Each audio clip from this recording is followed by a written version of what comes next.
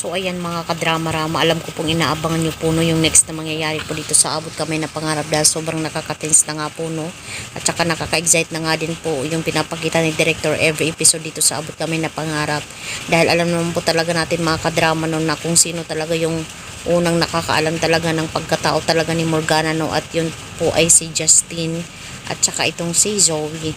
Kaya syempre itong si Justin bilang isang anak ay talagang pinaalam niya po talaga dito sa kanyang daddy na si Eric na buhay nga po talaga itong si Moira. At alam naman po talaga natin mga kadrama na noon pa man talaga ay may pinaplano na nga po talaga itong sila Eric nga po no. At saka usap din talaga ito sila nila Moira. So ngayon mga kadrama ay posible nga po talagang si Eric nga po talaga yung magsabi talaga ng katotohanan talaga dito kay Giselle no. Sana nga po talaga ibigyan niya naman po talaga ng kakampi itong si Giselle ni Director at yun talaga ay si Eric. Sana nga po sabihin ni Eric dito na Giselle, si Moira talaga yun at ginamit niya lang ang pangalan ni Morgana na si Nushi. Yan ang totoo.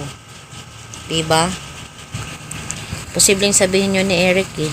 Sana nga po magbalik talaga si Eric dito no. At saka itong si Justin, sana maging happy family din po talaga sila pagdating talaga ng panahon.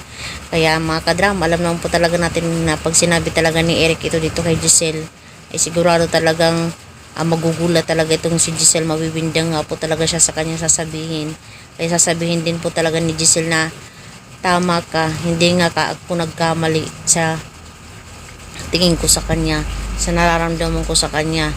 Dahil noon pa man talaga nung magpakilala siya bilang Morgana ay si Moira talaga yung nakikita ko sa kanya. Iba talaga yung kutob ko, diba? So mga ganun. Sana itong si Giselle ay magpapasalamat po talaga siya dito kay Eric pag sinabi man po talaga dito sa kanya yung katotohanan, diba? At mangyayari lang po talaga yun mga kadrama pag papalapit na yung pagtatapos ng Abot Kamay na Pangarap, diba? Dahil yun lang naman talaga yung inaantay nilang lahat eh. Yung revelasyon ng bawat isa talaga.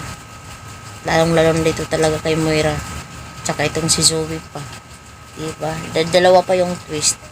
Yung malaman na itong si Morgana ay nagpapanggap lang.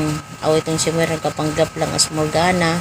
Tapos itong si Zoe na hindi talaga anak ni RJ. Diba yun yung mga sekreto na dapat ma-reveal. Tapos ito pang si Doc Carlos nagpapanggap na nagbabaliw-baliw, hindi naman baliw. Mga ganun ba, basta marami pa silang dapat ma-reveal. Sana nga po mga kadrama ay wag po tayong mabagot sa panonood ng Abot Kamay na Pangarap dahil darating din po tayo dun. So yun lang po mga kadrama, maraming salamat again sa palagi niyong panonood. Huwag niyo po kalimutan na i-like, i-share, at i-subscribe yung aking channel para sa susunod na video is ma-update ko po kayo mga kadrama. Thank you so much. Bye mga kadrama. Abang-abangers. Bye-bye.